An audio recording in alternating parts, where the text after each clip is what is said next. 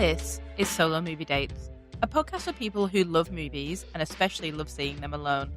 I'm Nestle. I'm an avid moviegoer and a semi-professional yapper, and most importantly, I love going to the cinema solo. I thought I would bring those things together and do my post-cinema debrief with you lovely people.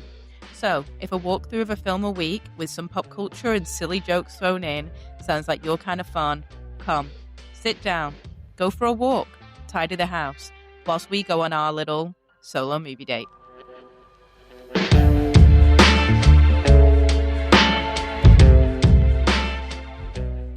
Hello, welcome to Solo Movie Dates. Today, we are covering Heated Rivalry. I did a part 1 and a part 2, which was all 6 episodes. If you want to go listen to those, they're like 2 hours and an hour and a half each. Absolutely fine. However, I did think I would just break them down as well into little like bite-sized chunks, so you can do each episode individually. This is a repeat of part 1 and part 2, so if you've already listened to that, this is not new information, completely the same. But just so that if you want a little bit of a shorter episode to do each episode individually, this is for you. It's here. Just a reminder, as always, this is not a spoiler-free podcast, and there will be spoilers for every single episode. So please have watched the entire thing before you listen. Otherwise, you will be spoiled. You've been warned. And also, just quickly before we jump in, I'm now on Patreon. We have Instagram at Solo Movie Dates. We're on TikTok. We're getting all over the place. And if you could, I would leave a little 5-star review wherever you are listening to this. It would just really help me out. Okay, let's jump in to the final episode 6 of Heated Rivalry. Is this a Jeep? Is that what we're going to do? Relax. I'd like to relax with you. I can carry my own bag. Real estate fetish really paid off, huh? You haven't been with anyone lately? I will do anything if it will make you touch my dick. Sorry, man. Why are you making so many burgers? What the fuck was that? My mother didn't suck. She was great. I'm on the cover of the fucking game. But if you get hard, I won't get hard. I'm always thinking about this slow fucking hockey player with beautiful freckles. I love you. I love you too. She would have loved you. Oh, fuck, this is fucking ugly.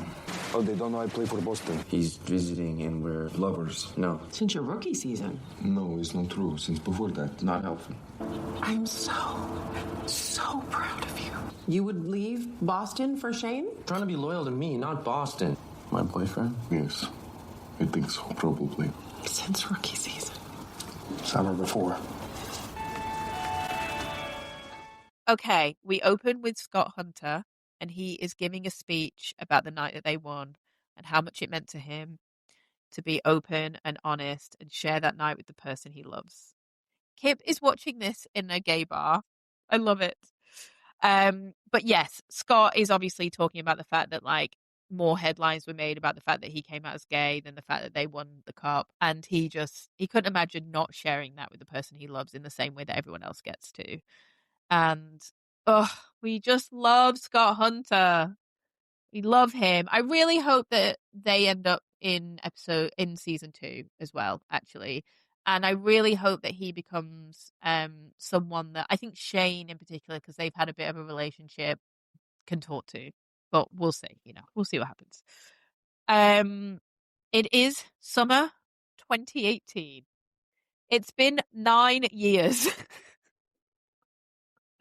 So Shane goes to the airport to pick up Ilya and take him to the cottage. This outfit is Ilya's best outfit, I would say. So obviously this episode came out on Boxing Day. I couldn't watch it on Boxing Day. I had to watch it on the 27th. So I was like trying to stay away from TikTok, trying to stay away from Instagram, trying not to get any spoilers. The only spoiler I got, I opened TikTok and I saw this image of Ilya Rozanov walking that, we see from the car window. So Shane's point of view through the window of him, this like backwards cap, full black outfit, sunglasses. This is the hottest Ilya Rozanov has looked. And I was so happy I got to that early. Incredible. Ilya gets into the car and he just starts shitting on Shane's car. It's great. The rage baiting love is back. It's so good. They're definitely a little off with each other in the car. It's sort of that like long distance relationship when you're like, oh, we have to be like on and together.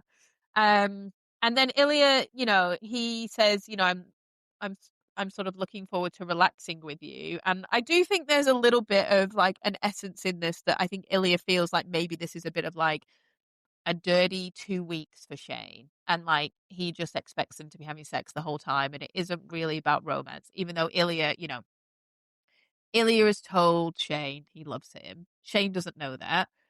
But Shane then responds by saying, yeah, I also want to relax. I want to relax with you. And they then start like holding hands in the car. And it's so, so sweet.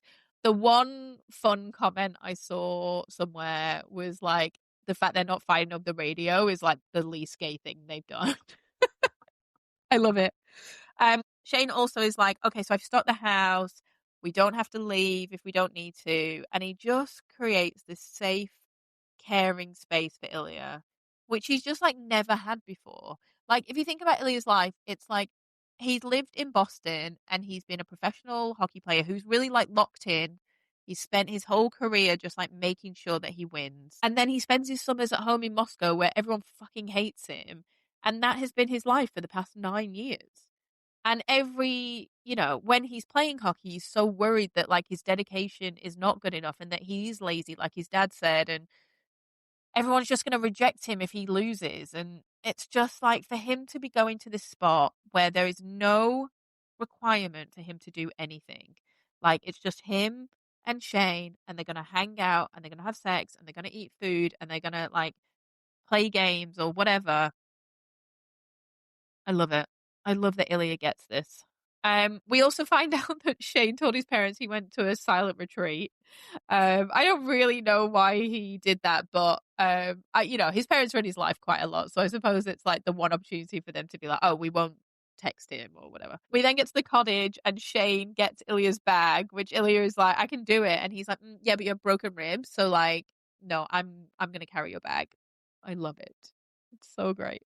And then when Ilya gets into the house, he mocks Shane for being Mr. Real Estate again. And then Shane starts to talk about the house, and Ilya's like, yeah, I know. And Shane obviously knows that he watched that show that he made. Oh, so great. They then start making out on the couch, and Shane's like, oh, look, I'm probably not going to last very long. I haven't been with anyone since the last time we was together. And Ilya's like, yeah, same, but like we've got like 2 weeks, so don't worry about it. And Shane is like shocked but happy that his love has not been with anyone in months. Months. Oh, they are exclusive boyfriends. It's so good. Shane then asked if the two of them can be like truly honest with each other about how they feel, and Ilya begrudgingly agrees. Shane is then like, there are 3 guest rooms, and Ilya's like, yeah, cool, I'm sleeping in your room, obviously. Shane then goes to close the windows, and like, we've seen this throughout the show. Like Shane is always so scared that someone is watching them and is going to catch them. But Ilya puts them back up and then basically has sex with him against the window. No more fear for you, Shane. No more fear for you. Ilya then comes out of the cottage and he's definitely wearing Shane's clothes. He's got like a polo shirt on and some red shorts, and I just feel like these belong to Shane. Shane is making dinner and like he makes too many burgers. And he's like made 8 and he couldn't like deduce the recipe down to like what it would be for 2, especially for burgers, which is a bit weird. But again, there's been some commentary about Shane having autism, and I think this could be one side of that like he doesn't want to change the recipe. Like it says 8, he's making 8. Shane is then, Ilya mocks him for this. Shane's then like, leave me alone. And Ilya's like, never. And just like grabs him and like kisses his neck. And it's just so, so sweet. They're then eating their burgers, and Ilya starts to ask about Shane's family. Shane knows a lot about Ilya's, but not the other way around. And I just love this, like them getting deeper with each other. But Shane is like worried that, he's been hiding the fact that he's gay from them. And, they start to talk about that. And Ilya's like, you can tell them you're gay without telling them like we're hooking up. Like, that's fine. And Shane sort of like freaks out a little bit, and, he gets up from the table and doesn't really want to talk about it anymore. They're then sat by the bonfire, and Shane gets a text from Rose, and Ilya is like visibly jealous. I need these boys to commit already. And Shane's like, look, we're not together. I'm gay, and we had sex twice, and it was not good. Then we hear a loon, and Ilya gets very like shocked and scared. And Shane gets to like mock him back, which is great. I love Shane getting like, I just really like the power dynamic becoming quite equal now. I think it's really fun. And then we see Ilya with his head on Shane's lap as they're like watching the bonfire. And he just wants to be looked after. And like now he has that from Shane. He then talks about his mom, and we find out that she committed suicide when Ilya was 12, I think. And Ilya was the one that found her. And just like how much love he had for her, and like how much he misses her. And it is really sad. They then wake up the next morning in each other's arms, and Ilya just like instinctively says like, I like you. It's so nice. They're then playing a hockey video game, and Ilya plays as Montreal, so Shane plays as Ilya. And then Shane's like, you're nothing, and Ilya's like, my face is on the fucking cover of the video game. And I love this. I think this is so, so funny, because this just does not happen in obviously many situations, but it happens in this situation, and it's so, so good. Hayden then calls Shane, and oh, I love this scene. This is so like boyfriend coded, this whole situation. So Hayden and Shane are on the phone with each other. Hayden's just had his baby, and Shane is like, oh fuck, I feel bad I haven't spoken to him. So they're having a chat, and Ilya just keeps like touching Shane up. And eventually Shane has to put like the call on hold, and he's like, what the fuck are you doing? And he's like, what? I'm just like having fun. And Shane's like, can you stop? And Ilya's like, fine, I'll stop. But if you get hard, then I'm carrying on. And he does. And then Ilya gives him a blowjob whilst he's on the phone to Hayden.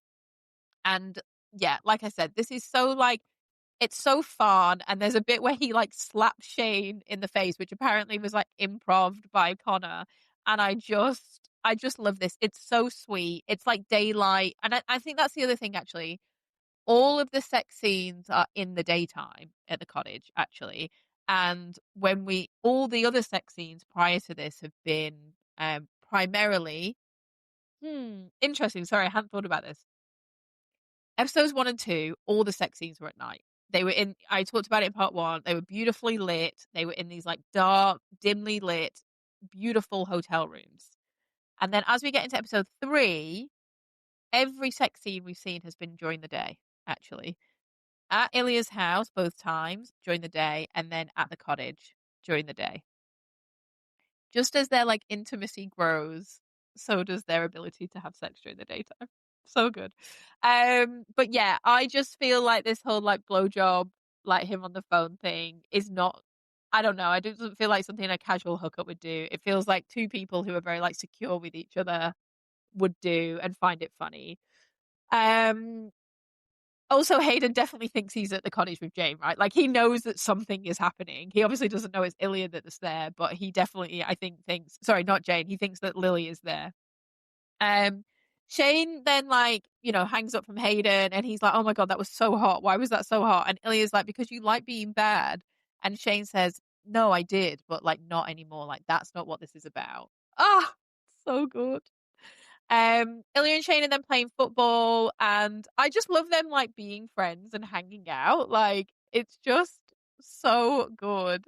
And Ilya mentions he's a free agent next season, and maybe he should move teams. And he suggests potentially moving to a Canadian team.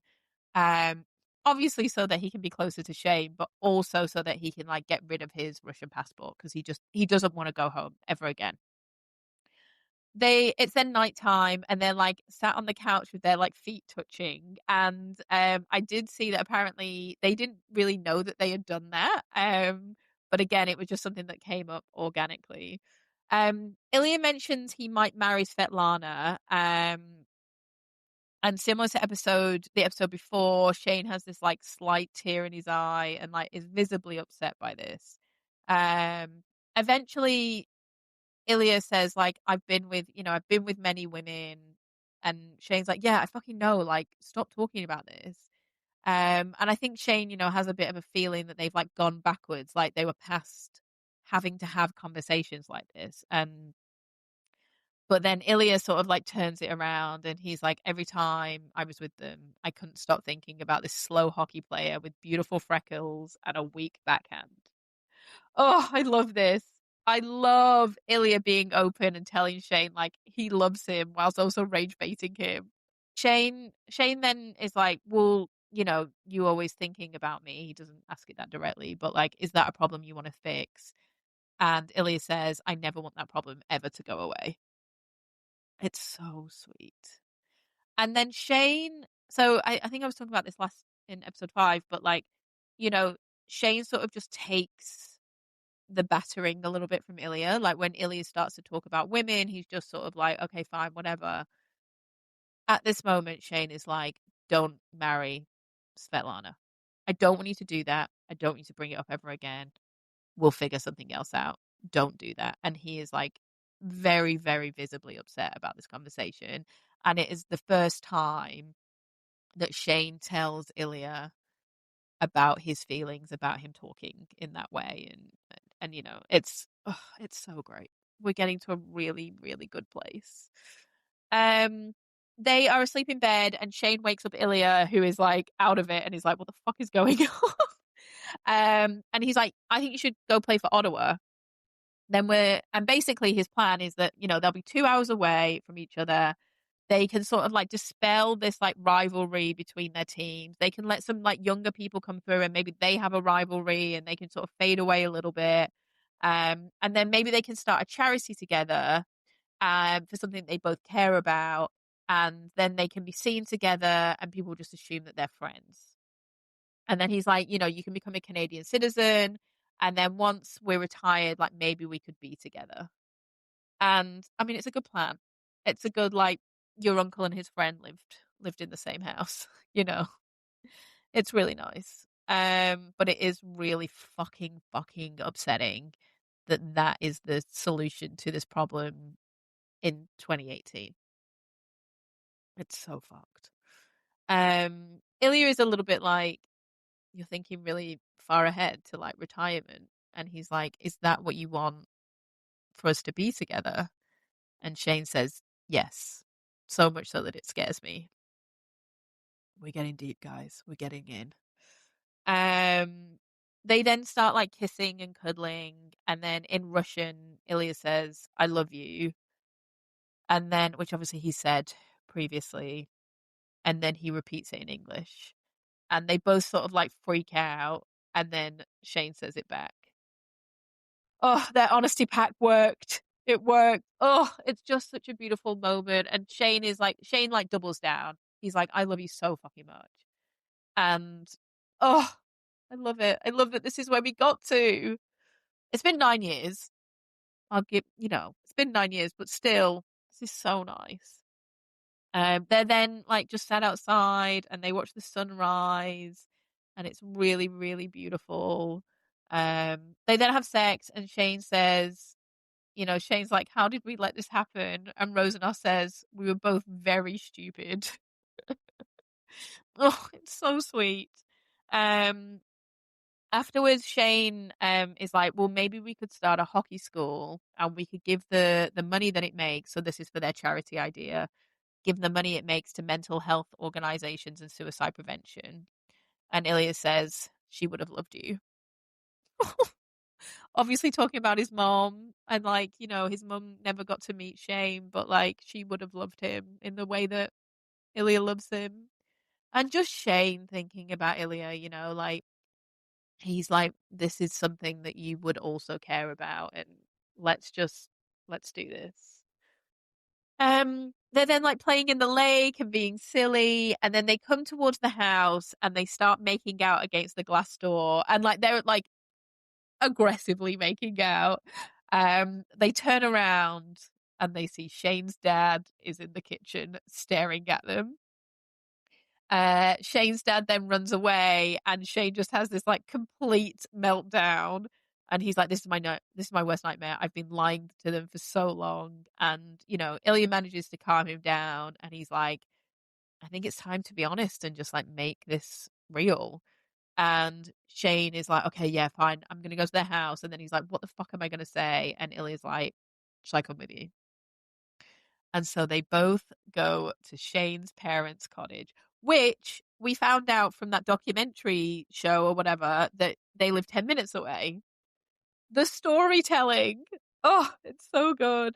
Anyway, they arrive and, it's pretty obvious that the dad has told the mom. So they're both there. Shane and Ilya come in and they're like stood in the hallway and they're just like little boys who have been caught making a mess. Like they look so small and juvenile and it's so great. Shane is then like, this is Ilya Rozanov and he's visiting and we are, and then Ilya breaks in and he's like, lovers.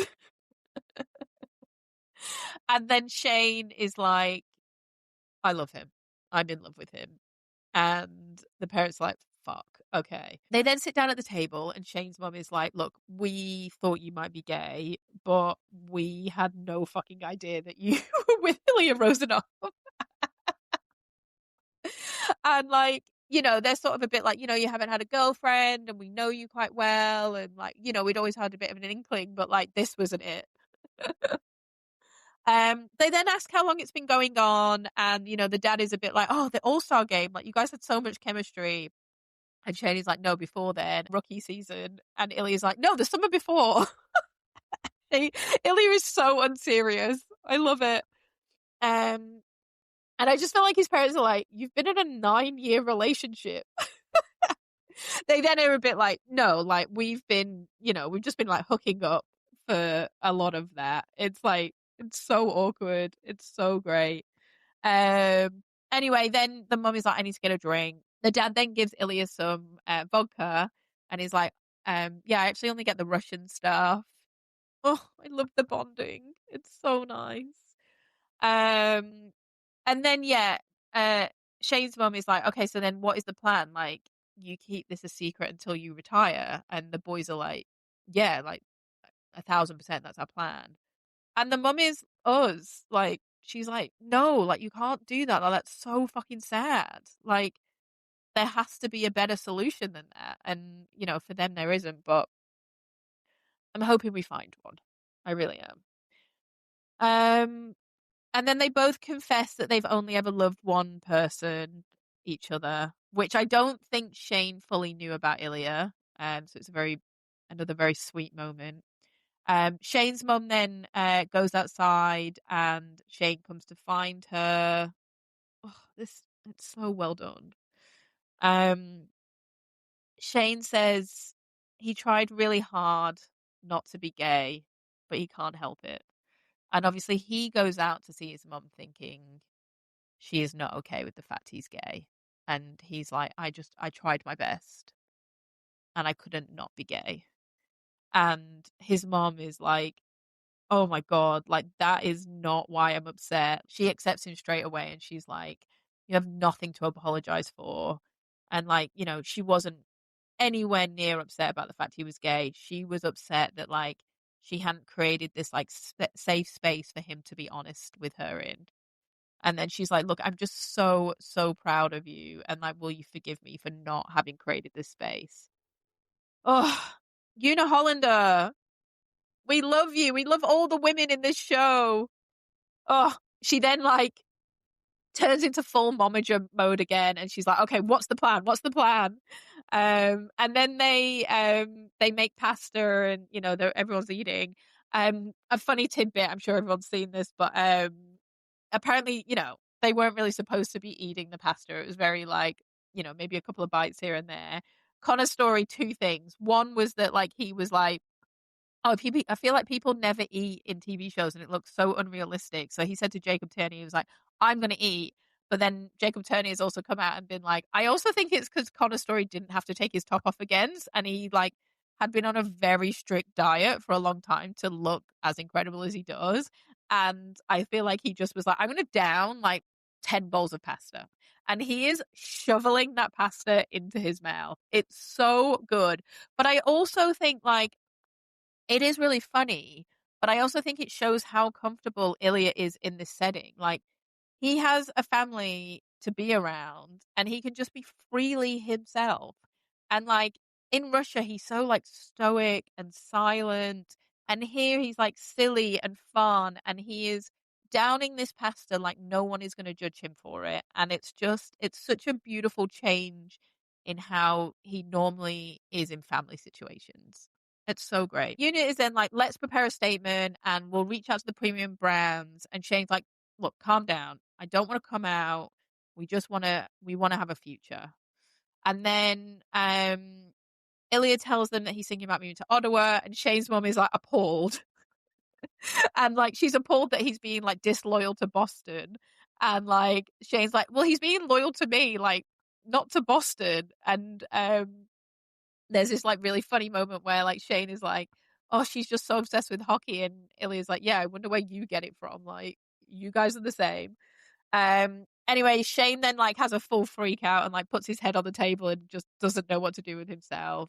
And Ilya like grabs like the nape of his neck, and you know, he's like, you're fine here, you're safe here, your family's here, your boyfriend's here. And Shane like looks up and is like, boyfriend?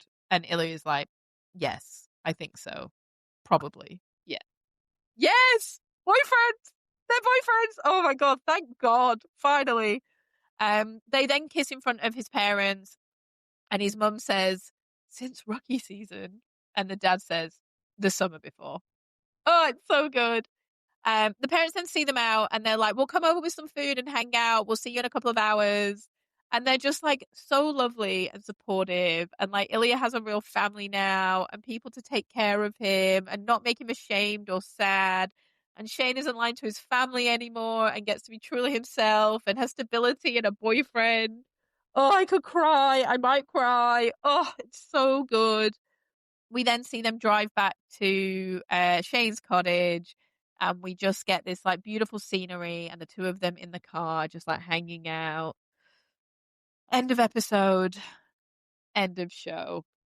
Oh my god, what a show. What a show. A little tidbit just about that final scene. So they, you know, in every other episode they've like faded to black and the credits have been over a black screen. And apparently Jacob Tierney just like sort of like kept the cameras rolling and just got the guys to hang out in the car, and then found that so beautiful and so like in character and, you know, perfect as the ending, that he kept that in and then had the credits over the end. And it's just so great. Oh, I mean, I feel like I've said everything I need to say about this show, but it's just so well done.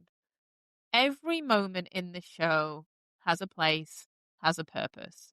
The sex scenes, the sad scenes, the conversations, the texts, everything. It's so, every single beat is thought through. There is no fluff, there's no faff. It's so perfect. Connor Story, Hudson Williams, give them all of the awards. They are doing the God's work in this show. They have so much chemistry between them. It is unreal.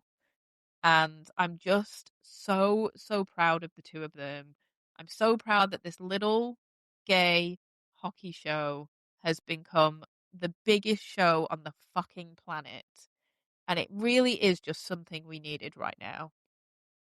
So just great job to everybody. Great job to Crave. Great job to HBO. Great job to Hudson Williams. Great job to Connor Story. Great job to Rachel Reed. And to Jacob Tierney, thank you. It's been incredible. Thank you so much. The word on the street is season 2 will come out in 2027.